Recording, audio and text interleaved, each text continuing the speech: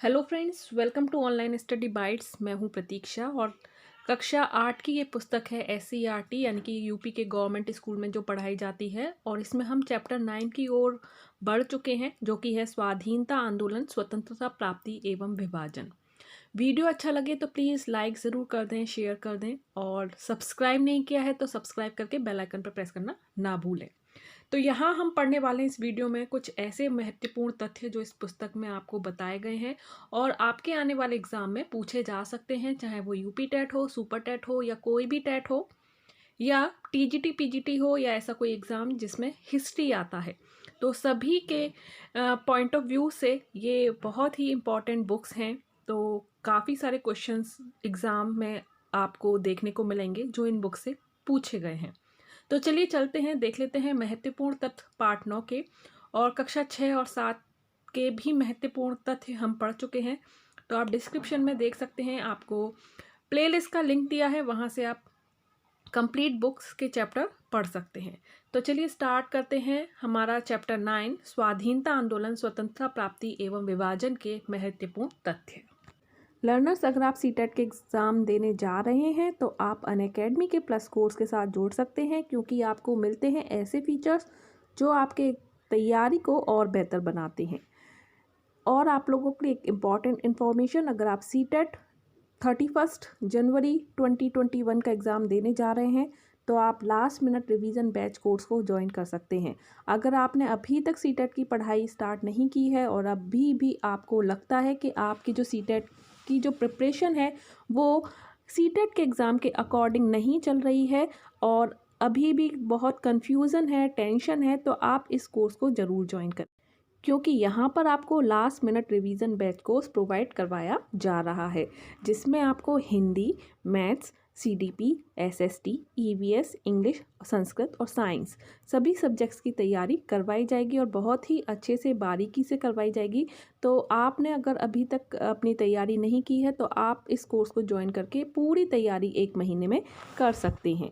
आपको इसका link description में मिल जाएगा, तो डिस्क्रिप्शन में जाकर आप डायरेक्ट लिंक पर क्लिक करके भी इस कोर्स को ज्वाइन कर सकते हैं।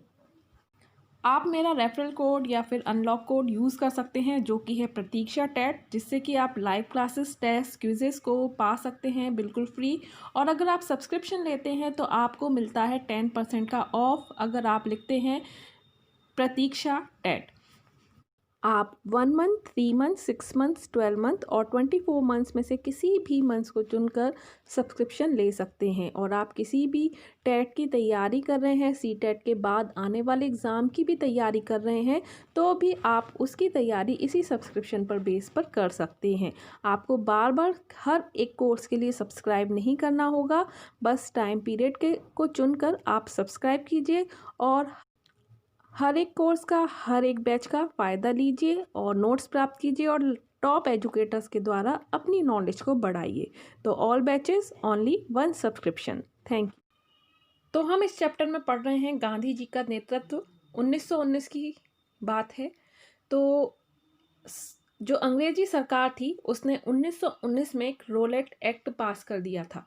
तो ध्यान रखिए, रोलेट एक्ट कब पास हुआ था? 1919 में पास हुआ था। और इसके अंतर्गत क्या था कि सरकार किसी भी व्यक्ति को बिना मुकदमे के कैद कर सकती थी, बिना किसी मुकदमे के, बिना किसी गुनाह के सरकार कैद कर सकती थी। और गांधी जी ने फरवरी 1919 में इसके विरोध में एक सत्याग्रह आंदोलन प्रारंभ कर दिया। अहिंसा और सत्याग्रह का आंदोलन भी गांधी जी के द्वारा ही चलाया गया था। गांधी जी ने सत्याग्रह करने के लिए ये कार्यक्रम बनाए, जैसे अन्याय करने वालों का सहयोग न करना यानी कि असहयोग करना, और अनुचित लग रही बातों को मानने से इनकार कर देना यानी कि अवज्ञा करना।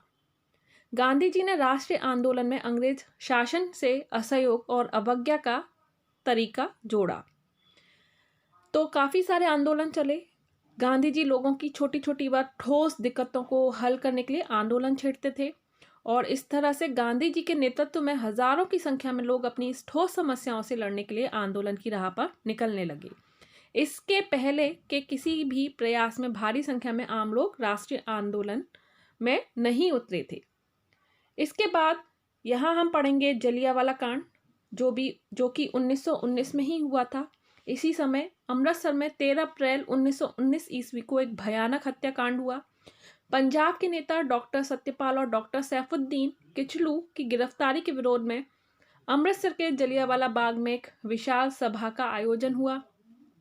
सभा के मध्य में ही पंजाब के सैनिक कमांडर जनरल डायर ने सैनिकों को लेकर बाग को घेर लिया और बिना चेतावनी दिए ही उसने निहत्थी भीड़ पर गोली चलाने का आदेश दे दिया और इससे कई सौ निर्दोष लोगों की मृत्यु हो गई और हजारों लोग घायल हुए। जलियांवाला बाग हत्याकांड से समस्त देश में हाहाकार मच गया और इसके विरोध में जो रविंद्रनाथ टैगोर को सर की उपाधि दी गई थी, उन्होंने ये उपाधि क्या कर दी, वापस कर दी। इसने मध्यम वर्गीय बुद्धिजीवियों के राष्ट्रवाद को जन राष्ट्रवाद के रूप में परिवर्तित कर दिया और जिसमें किसान, मजदूर, छात्र, दस्तकार, कारीगर आदि सम्मिलित हुए। तो यहाँ जो क्वेश्चन बन के आता है वो ये आता है कि किस हत्याकांड में के विरोध में या रविंद्रनाथ टैगोर ने अपनी सर की उपाधि क्यों वापस कर दी, तो जलियांवाला बाग हत्याकांड के विरोध में। इसके बाद हम पढ़ते हैं एक और आंदोलन जिसे असहयोग आंदोलन कहते हैं, जो 1920 से 1922 ईस्वी तक चला। अच्छा, ये सन भी आपको याद रखने हैं, मैचिंग में इस तरह के क्वेश्चन पूछ लिए जाते हैं। जैसे एक तरफ आपको असहयोग आंदोलन दिया होगा, एक तरफ आपको जलियांवाला कांड दिया होगा और एक तरफ रोलेट एक्ट दिया होगा और दूसरी तरफ सन लिखे होंगे, तो आपको मैचिंग करने के लिए भी पूछा जा सकता है। असहयोग आंदोलन, ऐसी विकट स्थिति में गांधी जी ने देश भर में असहयोग आंदोलन शुरू किया। 1857 के विद्रोह के बाद पूरे देश में एक साथ अंग्रेजी हुकूमत के विरोध में होने वाला यह पहला बड़ा आंदोलन था। इसके बाद यहाँ पर हम पढ़ने वाले हैं एक और महत्वपूर्ण घटना, और इससे पहले कि थोड़ा सा असहयोग आंदोलन के बारे में जान लेते हैं। छोटे बड़े शहरों में सैकड़ों लोगों के जत्थे जुलूस में निकलते और पुलिस के आगे गिरफ्तारी देते थे। असहयोग आंदोलन के अंतर्गत इस तरह की चीज़ें होती थीं। पुलिस उन्हें रोकती थी, उन पर लाठियां बरसाती, पर लोग पुलिस पर हाथ भी ना उठाते। एक जत्था पिटते हुए गिरफ्तार हो जाता और उसके पीछे दूसरा जत्था इंकलाब जिंदाबाद, चरखा चला चला कि हम स्वराज लेंगे और महात्मा गांधी की जय के नारे लगाते हुए आता और शांतिपूर्वक गिरफ्तारी दे जाता था। अंग्रेज शासन की हिंसा का मुकाबला लोग शांति और दृढ़ता से सत्य के लिए आग्रह करते करते रहते थे। 1921 में इंग्लैंड का राजकुमार भारत की यात्रा पर आया तो उसका बहिष्कार किया गया। लोग उसके स्वागत में नहीं आए और मुंबई शहर में उस दिन क्या रही, हड़ताल रही। दूर दराज के इलाकों में, गांव-गांव में गांधी जी की खबर फैल गई। किसान, आदिवासियों, मजदूरों ने भी यह जोश भर गया और अब चंद दिनों में अंग्रेज राज खत्म हो जाएगा और गांधी जी का स्वराज का सपना भी पूरा हो जाएगा। अब बढ़ते हैं चौरी चौरा कांड की ओर, जो कि 1922 में हुआ था। 5 फरवरी 1922 ईस्वी में उत्तर प्रदेश के गोरखपुर जिले के चौरी चौरा नामक स्थान के किसान थाने पर अपने विरोध प्रदर्शन के लिए आए थे, क्योंकि पुलिस ने उनके एक साथी को बहुत मारा था। जब वे थाने पर आए तो पुलिस ने उन पर भी गोली चलानी शुरू कर दी। गुस्से में आकर किसानों ने थाने में आग लगा दी। इस घटना से गांधी जी को काफ़ी दुख हुआ और 12 फरवरी 1922 को उन्होंने आंदोलन स्थगित कर दिया। उनका मानना था कि हिंसा से स्वाधीनता प्राप्त नहीं की जा सकती। उनके अनुसार किसी भी उद्देश्य की प्राप्ति के लिए अपनाए गए तरीके भी महत्वपूर्ण हों। अब गांधी जी ने रचनात्मक कार्य करने का निश्चय किया। इस प्रकार जब असहयोग आंदोलन ठंडा पड़ गया तो अंग्रेज सरकार ने इस अवसर का लाभ उठाया और गांधी जी 10 मार्च 1922 ईस्वी को कैद कर लिए गए। उन्हें 6 वर्ष के लिए सजा दे दी गई। यद्यपि असहयोग आंदोलन असफल रहा, लेकिन इसके कारण राष्ट्रवादी विचार पूरे देश में फैल गई। सशस्त्र क्रांतिकारियों का योगदान। प्रथम विश्व के युद्ध के दौरान क्रांतिकारी आंदोलनकारियों को बुरी तरह कुचल दिया। बहुत से नेता जेल भेज दिए गए और शेष इधर उधर बिखर गए। 1920 ईस्वी के प्रारंभ में क्रांतिकारियों को जेल से रिहा कर दिया गया और इसके कुछ समय बाद ही कांग्रेस ने असहयोग आंदोलन छेड़ दिया। क्रांतिकारी सशस्त्र क्रांति का रास्ता छोड़कर असहयोग आंदोलन में शामिल हो गए, किंतु असहयोग आंदोलन को एकाएक वापस लेने से क्रांतिकारियों की उम्मीद पर भी पानी फिर गया। इन क्रांतिकारियों ने पुनः अपना क्रांतिकारी संगठन बनाना प्रारंभ किया और इसके नेता पुराने क्रांतिकारी सचिंद्र नाथ साययाल, राम प्रसाद बिस्मिल तथा योगेश चंद्र चटर्जी थे। काकोरी कांड भी एक महत्वपूर्ण घटना है हमारे इतिहास की। अक्टूबर 1924 ईस्वी में क्रांतिकारी युवकों का कानपुर में एक सम्मेलन हुआ। हिंदुस्तान रिपब्लिक एसोसिएशन का गठन किया गया। इसमें देश से अंग्रेजी सत्ता को जड़ से उखाड़ फेंकने तथा भारत को स्वतंत्र कराने का संकल्प लिया गया। संघर्ष छेड़ने के लिए धन का अभाव था, अतः इन क्रांतिकारियों ने 9 अगस्त 1925 ईस्वी को लखनऊ के निकट काकोरी में एक रेलगाड़ी रोककर सरकारी खजाने को अपने अधिकार में लिया और बाद में वे पकड़े भी गए। इस लूट कांड में कौन कौन शामिल थे? पंडित रामप्रसाद बिस्मिल, रोशन सिंह, राजेंद्र लाड़ी, अशफाकुल्ला खां, जिनको फांसी दी गई तथा अन्य व्यक्तियों को आजीवन कारावास की सजा देकर अंडमान भेज दिया गया और 17 लोगों को लंबी सजाएं सुनाई गई। चंद्रशेखर आजाद जो थे वो फरार हो गए। एक लाहौर कांड भी हुआ। भगत सिंह और राजगुरु ने दिसंबर 1928 ईस्वी को साइमन कमीशन का विरोध करते हुए लाला लाजपत राय को लाठी से चोट पहुंचाने वाले पुलिस व्यक्तियों का नेतृत्व करने वाले अंग्रेज उच्च अधिकारी सैंडर्स की हत्या कर दी। सरकारी नीतियों के विरोध में 8 अप्रैल 1929 ईस्वी को भगत सिंह और बटुकेश्वर दत्त ने दिल्ली की केंद्रीय विधानसभा में बम फेंका।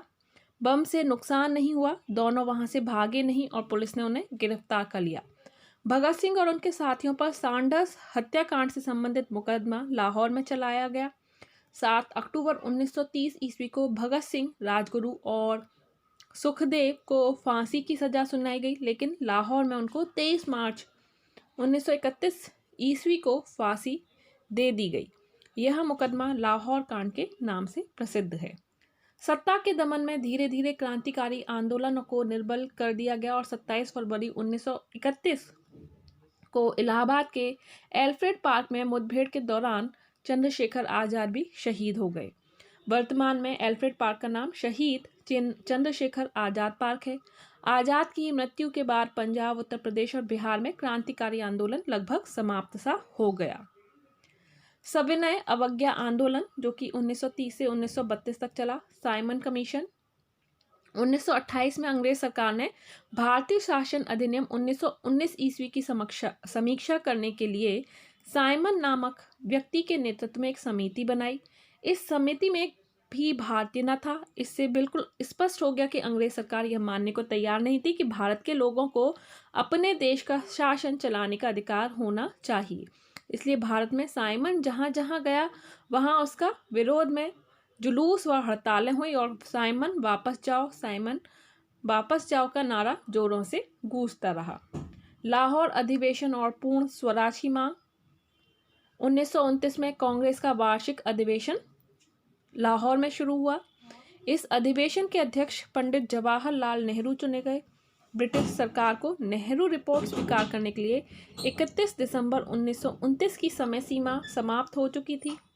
इसलिए राष्ट्रीय कांग्रेस ने रावी नदी के तट पर 31 दिसंबर 1929 की रात्रि 12 बजे तिरंगा झंडा फहराया और पूर्ण स्वराज की मांग का प्रस्ताव पारित किया। डांडी यात्रा के बारे में पढ़ लेते हैं। तो यहाँ पर एक क्वेश्चन बन के आता है डांडी यात्रा पढ़ने से पहले, तो पूर्ण स्वराज की मांग किस अधिवेशन में की गई? तो 1929 में की गई। और कांग्रेस का जो वार्षिक अधिवेशन होता था जो कि हर साल नई नई जगह पर होता था, तो 1929 का जो अधिवेशन था वो लाहौर में हुआ था और इस समय पूर्ण स्वराज की मांग की गई। ये आप ध्यान रखें, ठीक है। ये क्वेश्चन बनकर आ सकता है कि पूर्ण स्वराज की मांग किस अधिवेशन के दौरान की गई। डांडी यात्रा 1930 ईस्वी के कांग्रेस के वार्षिक अधिवेशन में कांग्रेस को सविनय अवज्ञा आंदोलन करने का अधिकार दे दिया था। अतः गांधी जी के नेतृत्व में स्वराज की प्राप्ति के लिए सविनय अवज्ञा आंदोलन कब हुआ है? ये 1930 में प्रारंभ किया गया और गांधी जी ने सन 1930 ईस्वी में नमक कानून को तोड़कर सविनय अवज्ञा आंदोलन का आह्वान किया। मोस्ट इंपॉर्टेंट है, ध्यान रखिए। 12 मार्च 1930 ईस्वी को गांधी जी ने साबरमती आश्रम से अपने 78 सहयोगियों के साथ डांडी की ओर यात्रा प्रारंभ की तथा 6 अप्रैल 1930 ईस्वी में डांडी पहुंचकर गांधी जी ने समुद्र के किनारे नमक बनाकर अंग्रेजों का जो कानून था वो तोड़ दिया।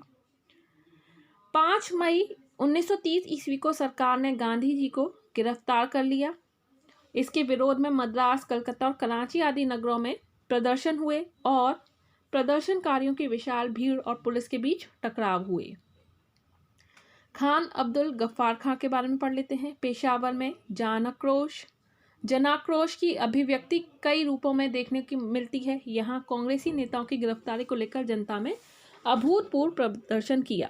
इस इलाके में सीमांत गांधी खान अब्दुल गफ्फार खां वर्षों से सक्रिय थे। उनके द्वारा जनता में किए गए कार्यों के कारण अहिंसक क्रांतिकारियों के वीर जत्थे अर्थात खुदाई खिदमतगारों के दल तैयार हुए थे। ये लोग लाल कुर्ती के नाम से जाने जाते थे।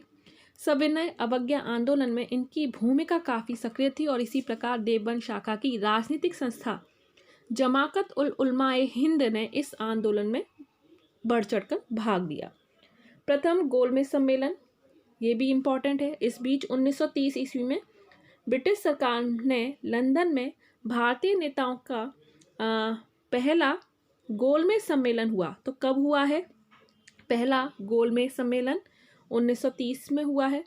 इसका उद्देश्य साइमन कमीशन की रिपोर्ट पर विचार करना था। कांग्रेस ने इस सम्मेलन का क्या किया? बहिष्कार किया। कहाँ पर हुआ है ये? लंदन में हुआ है और 1930 में हुआ है। गांधी इरविन समझौता और सविनय अवज्ञा आंदोलन, 5 मार्च 1931 ईस्वी को सरकार और कांग्रेस में एक समझौता हुआ जिसे गांधी इरविन समझौता कहते हैं। तो ये डेट आपको याद रखनी है। कब हुआ, किस सन में हुआ, कौन सा काम हुआ है, किसके द्वारा किया गया है, ये सारी चीज़ें आपको याद रखनी है। गांधी जी ने सितंबर 1931 ईस्वी में दूसरे गोलमेज सम्मेलन में भाग लिया। उस सम्मेलन में गांधी जी को कोई सफलता प्राप्त नहीं हुई। सम्मेलन से वापस लौटने पर गांधी जी ने पुनः 1932 ईस्वी में सविनय अवज्ञा आंदोलन प्रारंभ किया। सरकार ने गांधी जी को बंदी बना लिया। द्वितीय गोलमेज सम्मेलन में दलित के लिए अलग निर्वाचन की व्यवस्था की गई। तो अब कब की गई, ये ध्यान रखिए। इससे गांधी जी को आघात लगा और उन्होंने आमरण अनशन प्रारंभ किया। अंततः डॉक्टर अंबेडकर और गांधी जी के मध्य पूना में एक समझौता हुआ जिसे पूना पैक्ट कहा जाता है। इसके अनुसार दलितों के लिए विधानमंडलों में स्थान सुरक्षित कर दिए गए। पृथक निर्वाचन का निर्णय समाप्त कर दिया गया। 1934 ईस्वी में गांधी जी ने अपना आंदोलन बंद कर दिया और वह कांग्रेस से त्यागपत्र देकर हरिजनों के उद्धार में जुट गए। तो यहाँ पर कुछ और बातें हैं जो आपको जाननी है। महिलाओं ने भी स्वतंत्रता संग्राम में बढ़ चढ़कर भाग लिया। अरुणा आसफ अली नमक कानून तोड़ो आंदोलन में भाग लेते हुए ही जेल गई। दुर्गा भाभी ने भगत सिंह को लाहौर जेल से छुड़ाने का प्रयास किया। कमला देवी चट्टोपाध्याय ने सन 1921 में असहयोग आंदोलन में भाग लिया। भीखाजी कामा का कहना था, आगे बढ़ो, हम हिंदुस्तानी हैं और हिंदुस्तान हिंदुस्तानियों का है। इन्होंने अंग्रेजों की परवाह ना करते हुए भारत का पहला तिरंगा झंडा फहराया। तो मोस्ट इम्पॉर्टेंट पॉइंट्स हैं कि यहाँ आप देख सकते हैं जितने भी चीज़ें हमने पढ़ी सारी इम्पॉर्टेंट थी। तो यहाँ एक बहुविकल्पी प्रश्न है, रोलेट एक्ट पास किया गया। तो सबसे पहले हमने रोलेट एक्ट के बारे में पढ़ा था जो कि 1919 में पास किया गया। ऑप्शन का इसका सही आंसर होगा। तो इस तरह से भी प्रश्न आपका एग्जाम में पूछ लिया जा सकता है। तो यहाँ पर एक और प्रश्न है, प्रथम गोलमेज सम्मेलन कब हुआ? 31, 30, 34 या 29? तो जो पहला गोलमेज सम्मेलन है वो सन 1930 ईस्वी में हुआ। तो इम्पॉर्टेंट क्वेश्चन है। इस तरह से ही क्वेश्चन आपके एग्जाम में पूछे जाएंगे। अभी के लिए इतना ही। कोई भी डाउट है तो आप कमेंट में पूछ सकते हैं और वीडियो अच्छा लगे तो लाइक एंड शेयर कर सकते हैं। अभी के लिए बाय बाय, टेक केयर। मिलते हैं नेक्स्ट वीडियो में। Thanks for watching.